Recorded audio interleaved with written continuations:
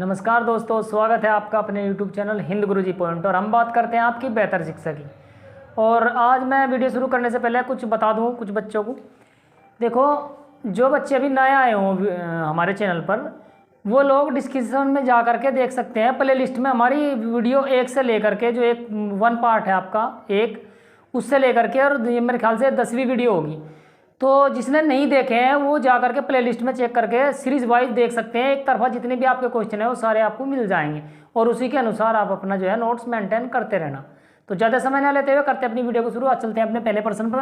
प्रश्न नंबर 1 है हमारा, जिंदगी के साथ भी जिंदगी के बाद भी संबंधित है, यानी किससे संबंधित है, यानी इस तरीके का जो स्लोगन है वो किसने दिया था? तो LIC ने दिया था। हमारी जो भारतीय जीवन बीमा निगम है उसने ये स्लोगन दिया था। और जब देखे होंगे तुमने LIC की पॉलिसी वगैरह कराते हैं तो ये उसकी जो पंपलेट वगैरह आप लेते हो या उसका जो बॉन्ड पेपर आता है इस पर सबसे ऊपर ही लिखा पाता है कि ज़िंदगी के साथ भी और ज़िंदगी के बाद भी। तो चलते हैं अगले प्रश्न। प्रश्न नंबर 2, असहयोग आंदोलन के समय वायसराय कौन था? जब भारत का जो असहयोग आंदोलन चला हुआ था उस समय पर जो अंग्रेज वायसराय था वो कौन था? तो वो था चेम्सफोर्ड। इसी के साथ ही चलते हैं अगले प्रश्न में। प्रश्न नंबर 3, चरक व नागार्जुन किसके दरबार में रहते थे? तो मैं बता दूं, चरक तो एक चिकित्सक थे। आपने देखा होगा डॉक्टरों के पास में एक, जिसमें वो दवाई वगैरह पीस करके देते हैं, सफ़ेद सा एक प्याला टाइप, तो उसे चरक ही कहा जाता है। तो ऐसे ही इसी के नाम पे वो चरक पड़ा था। तो चरक एक चिकित्सक थे और नागार्जुन एक लेखक थे। नागार्जुन का आपने देखा होगा जब आप इंटर में जाओगे या इंटर में पढ़ा होगा तो आपने उसमें देखा होगा नागार्जुन एक कवि हैं और उन्होंने बहुत सारी किताबें लिखी हैं। तो चरक और नागार्जुन किसके दरबार में रहते थे? तो ये दोनों ही किसी के दरबार में रहते थे। तो किसके दरबार में रहते थे? कनिष्क, जो भारत का एक बहुत ही प्रतापी राजा हुआ है। प्रश्न नंबर 4, यूनिसेफ का मुख्यालय कहाँ है? तो यूनिसेफ जो है ये प्रॉपर बच्चों के लिए कार्य करता है। जैसे हमारे यहाँ 1995 के आसपास पोलियो की ड्रॉप्स आई थी, 2 बूंद जिंदगी की, और अब तक भी वो चल रहा है कार्यक्रम। तो वो यूनिसेफ ही देता है पूरी दुनिया में। तो ये क्या है? बच्चों के उत्थान के लिए, यानी बच्चों का कुपोषण ना हो, बच्चे ज़्यादा ना हत्या हो बच्चों की, तो उसी के लिए ये बच्चों के लिए काम करता है। और यूनिसेफ जो है इसका पूछा गया मुख्यालय कहाँ है, परीक्षाओं में बहुत बार ये पूछा गया है। तो न्यूयॉर्क सिटी में है और न्यूयॉर्क कहाँ? अमेरिका में है। ठीक है। अगला प्रश्न, प्रश्न नंबर 5, एवरेस्ट पर चढ़ने वाली प्रथम भारतीय महिला। देखो यहाँ महिला की बात करी न कि पुरुष की। तो सबसे पहली जो महिला थी जिसने एवरेस्ट पर चढ़ी थी वो थी बछेंद्री पाल। ध्यान से देखना, बछेंद्री पाल। प्रश्न नंबर 6, ईरान की संसद का नाम क्या है? देखो ईरान में, जैसे हमारे यहाँ संसद कहा जाता है, अंग्रेज देशों में उसे पार्लियामेंट कहते हैं, ऐसे ईरान में जो वहाँ की संसद है जहाँ पे वहाँ के MP MLA बैठ करके डिसीजन लेते हैं, कानून बनाते हैं, तो उसे क्या कहते हैं? मजलिस। मजलिस कहा जाता है उसे ईरान में।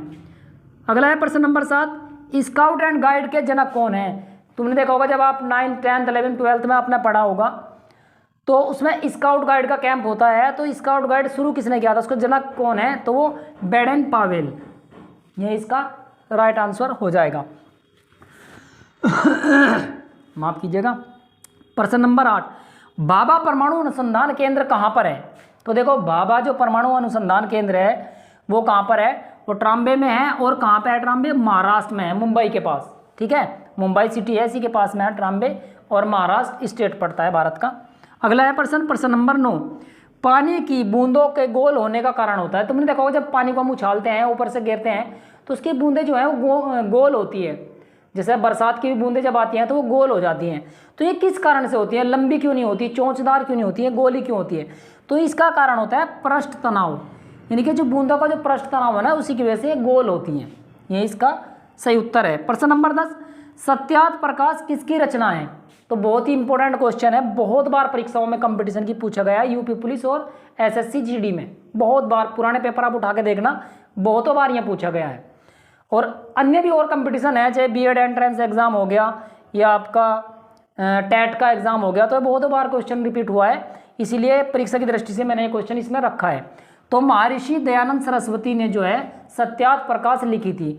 और मेरा मानना यह है जितने भी बच्चे पढ़ने वाले हैं उन्हें एक बार ये पुस्तक जरूर पढ़नी चाहिए, सत्यार्थ प्रकाश।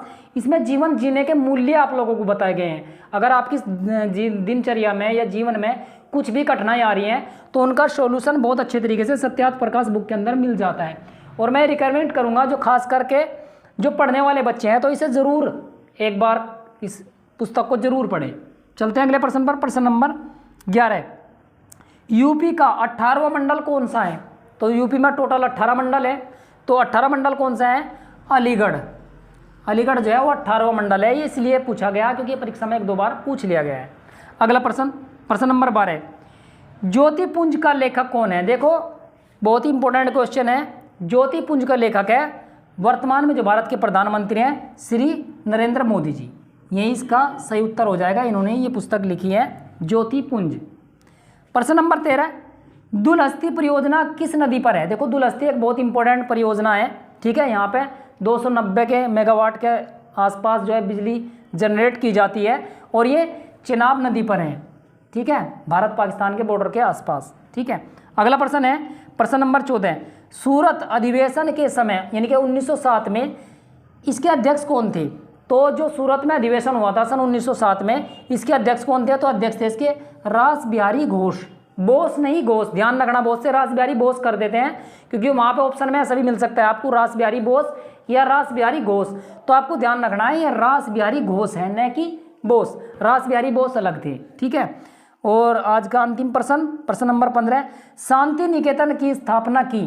तो शांति निकेतन की स्थापना की थी भारत के जो राष्ट्रीय कवि माने जाते हैं रविंद्रनाथ टैगोर, जिन्होंने हमारा राष्ट्रीय गान भी लिखा है, यानी जन गण मन अधिनायक भी इन्होंने ही लिखा है, रविंद्रनाथ टैगोर ने। तो एक बार मैं साइड हो लेता हूँ, आप इसका स्क्रीनशॉट ले लीजिए और मैं ऐसी आशा करता हूँ कि आपने ले लिया होगा इसका स्क्रीनशॉट। स्क्रीनशॉट लेने के बाद में आपको थोड़ा सा ये हो जाता है कि आप बाद में अगर इसे अच्छी तरीके से वीडियो चलते हुए नहीं भी लिख पाए तो कम से कम इसे बाद में आप अपने नोट्स के अंदर लिख सकते हैं, ठीक है। तो बस अंत में इतना ही। अब मैं किसी भी बच्चे को ये नहीं बोलूँगा कि हमारा चैनल सब्सक्राइब करें आप लोग, बस आप लोगों को वीडियो अच्छी लग रही है, हमारा मेन लक्ष्य है कि आप लोगों को भर्ती में क्लियर कराना, बस आपको वर्दी मिल जाए, यही हमारा मेन लक्ष्य है। अब हम किसी को भी सब्सक्राइब के लिए नहीं बोलेंगे। हाँ, वीडियो को लाइक और शेयर जरूर कर दिया करो ताकि दूसरे बच्चों का भी इससे फ़ायदा हो सके।